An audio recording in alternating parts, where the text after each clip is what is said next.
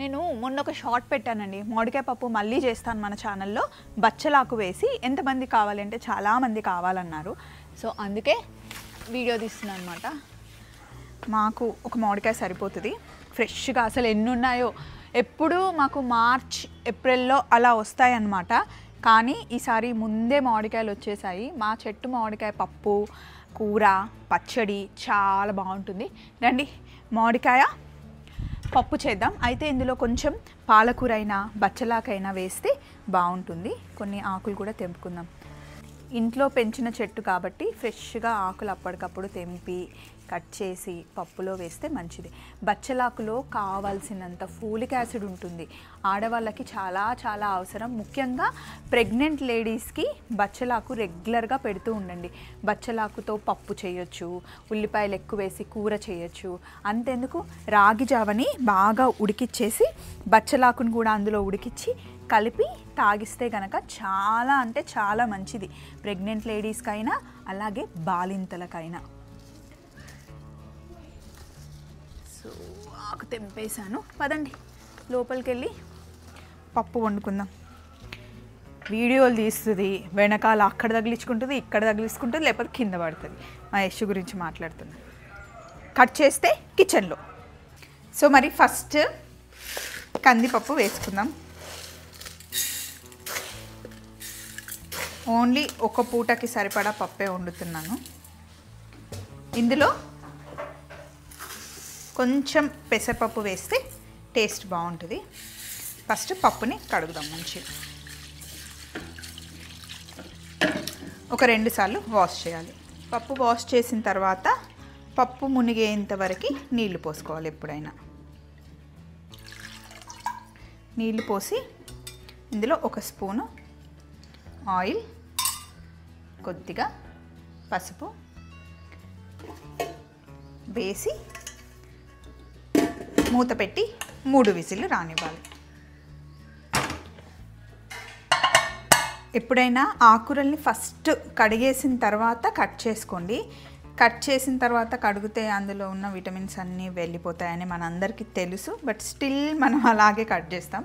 Try చేయండి, first కడిగిన తర్వాత కట్ చేసుకోండి.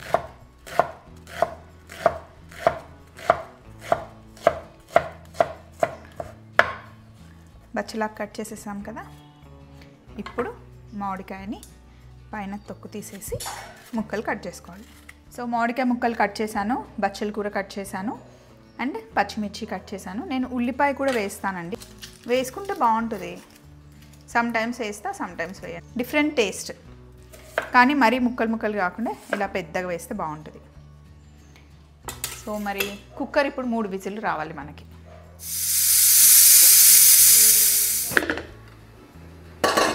పప్పు ఉడికిపోయింది చక్కగా. పొయ్యి మీద గిన్నె పెట్టాను. కొద్దిగా ఆయిల్ వేసుకోండి.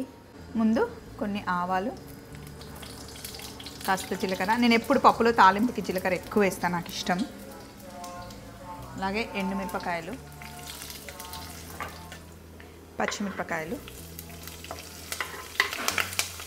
కరివేపాకు,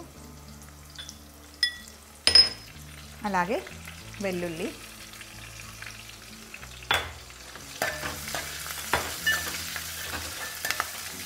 నేను కొద్దిగా ఇంగువ కూడా వేస్తాను. కొంతమంది వెల్లుల్లి వేసిన తర్వాత ఇంగువ ఎందుకు అంటారు, బట్ నాకు అలవాటు.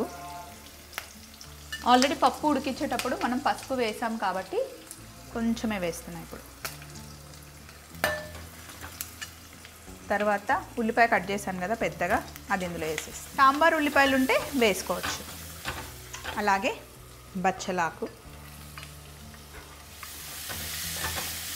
పాలకూర కూడా వేసుకోవచ్చు బచ్చలాకు ప్లేస్లో. మామిడికాయ ముక్కలు నేనైతే టెంకతో సహా వేసేస్తా. ఆ టెంక ఎవరిని తిననివ్వను, నాకు ఇష్టం. ఆ టెంక చాలా బాగుంటుంది పప్పులో వేసిన మామిడికాయ టెంక. పప్పుకు సరిపడా ఉప్పు ఇందులోనే వేసేసుకుందాం. ఒకసారి కలిపి మూత పెట్టేసి ఒక 2 నిమిషాలు మగ్గనివ్వాలి. సో ఇప్పుడు ఇందులో కొంచెం కారం యాడ్ చేసుకున్నాం. కారం వేసిన తర్వాత కూడా ఇంకొక 2 నిమిషాలు మగ్గనిద్దాం.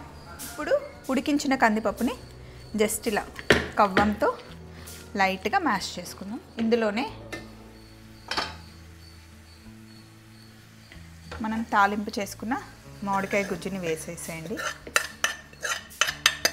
ఇందులో కొంచెం వాటర్ వేద్దాం.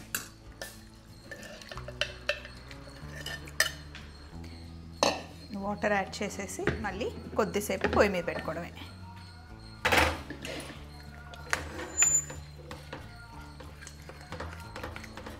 మళ్ళీ పప్పు వేడయ్యి బాగా ఉడకాలి.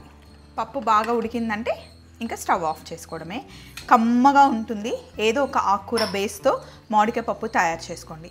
సో మామిడికాయ పప్పు చేసేసాను. ఎలా ఉందో మీరే చెప్పాలి. ఇంట్లో ఖచ్చితంగా ట్రై చేయండి. మళ్ళీ ఇంకొక సింపుల్ రెసిపీతో కలుద్దాం. Take care. బాయ్.